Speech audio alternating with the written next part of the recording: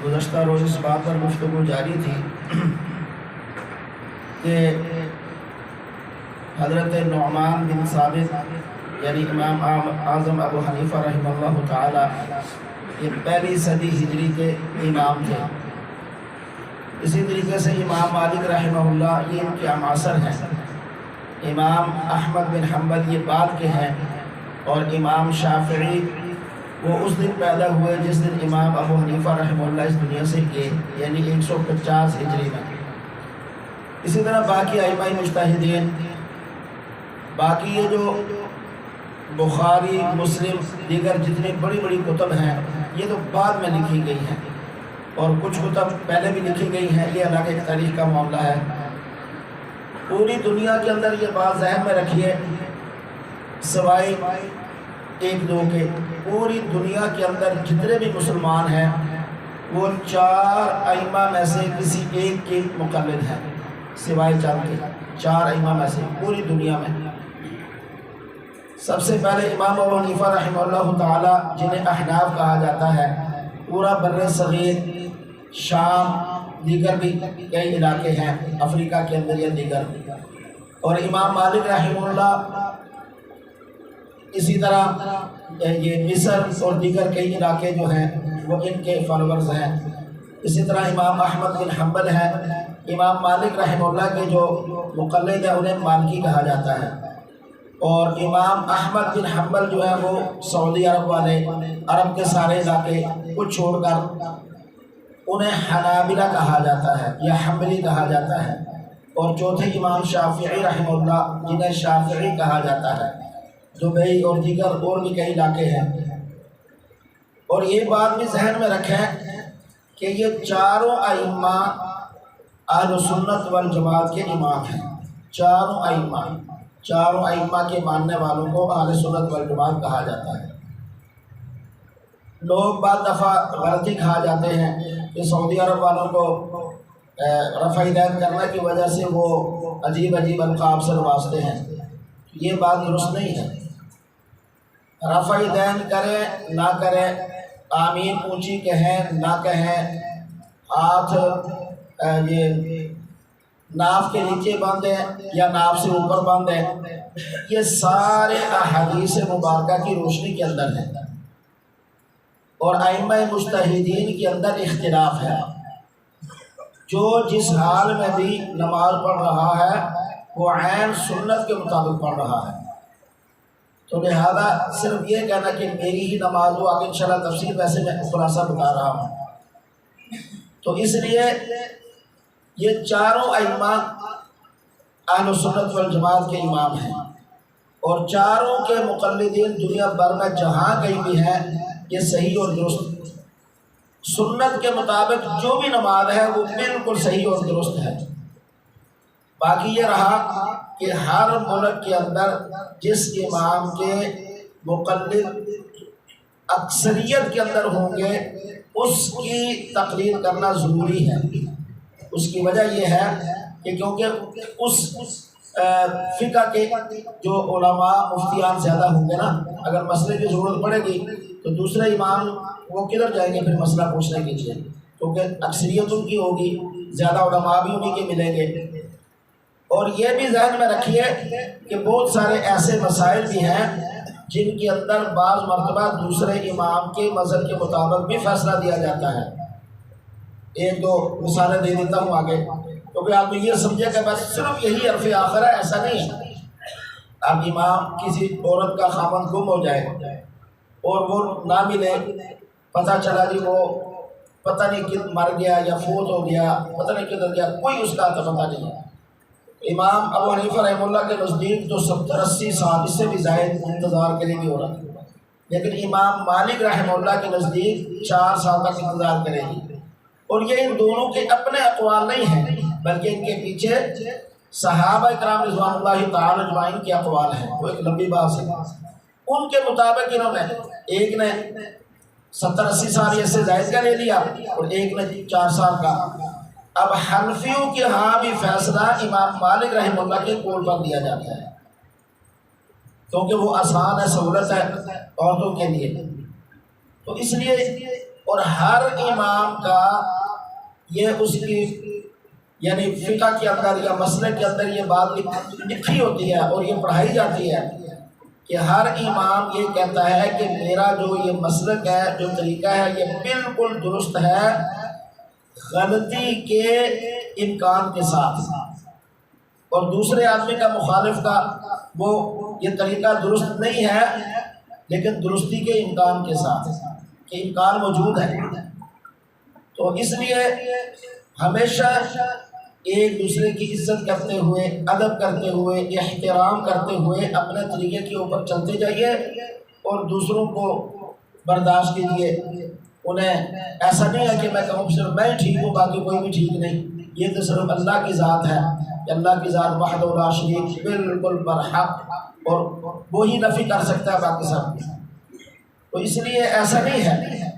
تو یہ بہت ساری باتیں ایسی ہیں۔ اچھا، پھر ہر آدمی مطالعہ کرنے والا وہ مسئلے کو اس لیے نہیں پہچان سکتا کہ قرآن کریم کے اندر بعض آیات ناسخ ہیں، بعض منسوخ ہیں، پہلے حکم کوئی آیا بعد میں منسوخ ہو گیا۔ احادیث مبارکہ میں بھی ایسا ہے کہ وقتاً فوقتاً حالات کے اعتبار سے پہلے حکم کوئی تھا، بعد میں بدل گیا، پھر بعد میں اور ہو گیا، اس کو چینج کر دیا گیا۔ پھر احادیث مبارکہ مختلف ہیں، پہلے کون سی حدیث، بعد میں کون سی، اس کے بعد میں کون سی، یہ ساری تحقیق ائمہ مجتہدین نے کی ہے۔ ایک امام جب کسی مسئلے کو نکالتا ہے تو اس کے سامنے ساری حدیثیں موجود ہیں، میرے آپ کے سامنے ساری موجود نہیں ہوتی۔ ہم اگر کتاب کا مطالعہ کر رہے ہیں، پتہ نہیں وہ حدیث ناسخ ہے منسوخہ کیا ہے۔ قرآن کریم سے ہی میں نے آپ کو اگلے دن مثال دی۔ اب یہ رمضان کے بارے میں پہلی آیت میں حکم یہ ہے کہ جو آدمی مالدار ہے وہ اگر نہ روزہ رکھنا چاہے تو کوئی بات نہیں، وہ فدیہ دے دے۔ آدمی اگر اسی آیت کا ترجمہ پڑھے اور وہ اسی پر عمل کرنا شروع کر دے، حالانکہ ساتھ ہی دوسری آیت کے اندر یہ حکم منسوخ ہے، وَحُکَمَ فَمَنْ شَهِدَ مِنْكُمُ الشَّهْرَ فَلْيَصُمْ، جو رمضان کو پائے گا وہ ہر حال میں روزہ ہی رکھے گا، امیر ہو غریب ہو، یہ فرق ختم ہو گیا۔ میں نے کہا مجھے میسج کیا، اس نے سوال کیا جی یہ دیکھیں یہ تو لگ رہا ہے کہ یہ مالدار پیسے دے سکتا ہے۔ میں نے کہا بھائی اگلی آیت بھی پڑھیں۔ اسی طرح صحابہ کرام رضوان تعالیٰ اجمعین جیسی عظیم ہستیاں قرآن پڑھتے ہوئے مغالطہ رکھتا فوراً رسول اکرم صلی اللہ علیہ وسلم کے پاس چلے جاتے ہیں۔ قرآن کی آیت نازل ہوئی، الذین آمنوا ولم یلبسوا ایمانہم بالظلم اولئک لہم الامن وہم مہتدون، وہ لوگ جنہوں نے اپنے ایمان کے ساتھ ظلم کو خلط ملط نہیں کیا یہ پرامن لوگ ہدایت یافتہ ہیں۔ صحابہ کہنے لگے یا رسول اللہ علیہ وسلم ہم میں سے تو آگے اس سے کوئی نہ کوئی کمی بیشی تو ہو جاتی ہے، تو یہ اس سے ہم کیسے بچیں گے؟ آپ نے فرمایا یہاں ظلم سے مراد عام کمی بیشی نہیں ہے، اس سے مراد شرک ہے۔ شرک کو اللہ تعالیٰ نے ان شرک لظلم عظیم کہا ہے، کہاں سے جا کے سمجھ آئی۔ رمضان کے بارے میں جب اترا کہ یہ من الخیط الاسود من الفجر، یہ آیت جب نازل ہوئی تو صحابہ کرام میں سے ایک صحابی نے 2 دھاگے لیے تکیے کے نیچے رکھے، تو وہ پھر جب سفید اور کالا دھاگا بالکل واضح ہوا تو پھر آ کر بتایا ساری بات، وہ لمبا واقعہ ہے۔ آپ نے فرمایا اس سے یہ مراد نہیں ہے، بتایا کہ اس سے یہ مراد ہے۔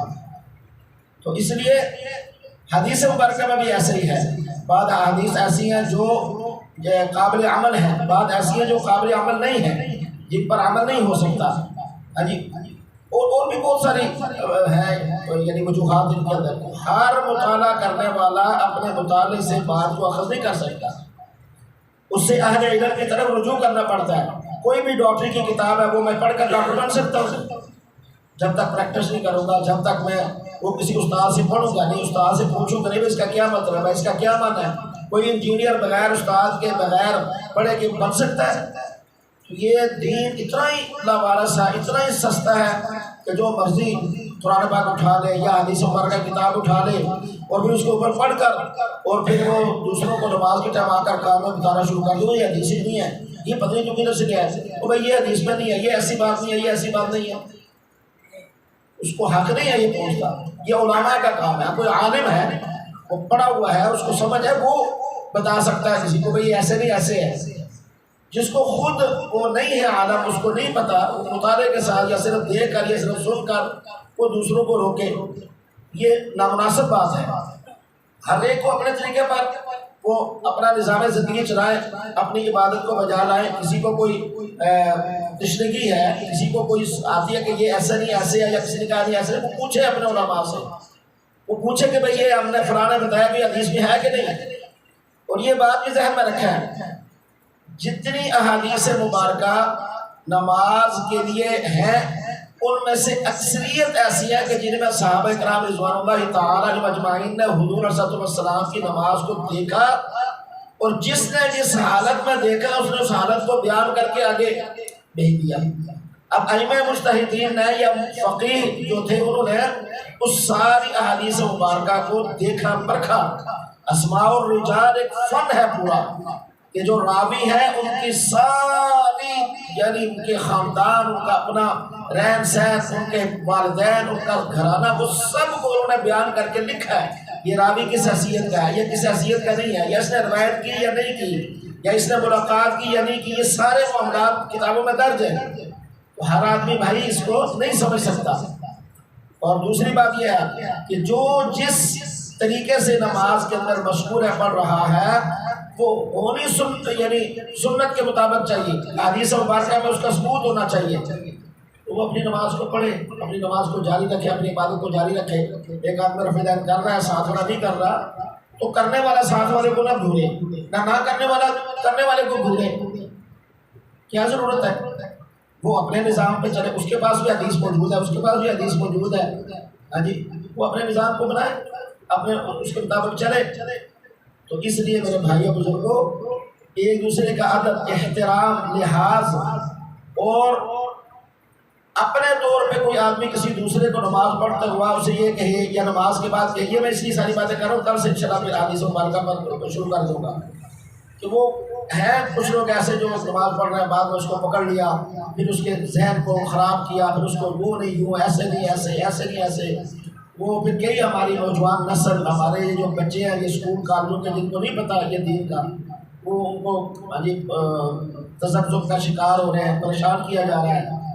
تو اس لیے انشاءاللہ کل سے بشرط زندگی یہ اس پر انشاءاللہ گفتگو ہوگی. یہ جو مسائل ہیں ہمارے خاص طور پہ بھئی ہم جس راستے پہ چل رہے ہیں یہ حدیث مبارکہ کی عین روشنی میں ہے، حدیث مبارکہ کے مطابق ہے. یہ نہیں ہے کہ جو جس کو میں حدیث کہوں وہی حدیث ہے، جو دوسرا کہ وہ نہیں ہے. آقا علیہ الصلوۃ والسلام رحمت للعالمین ہے، اللہ کے محبوب ہیں. اللہ نے اپنے محبوب کی ہر سنت کو کسی کسی طریقے سے جاری کیا ہوا ہے، اور یہ ساری دنیا میں قیامت تک جاری رہے گی. میرے اور آپ کی پریشانی سے یہ نہیں ختم ہوگی انشاءاللہ تعالی. اللہ ہمیں کما حق و عمل کی توفیق دے انشاءاللہ.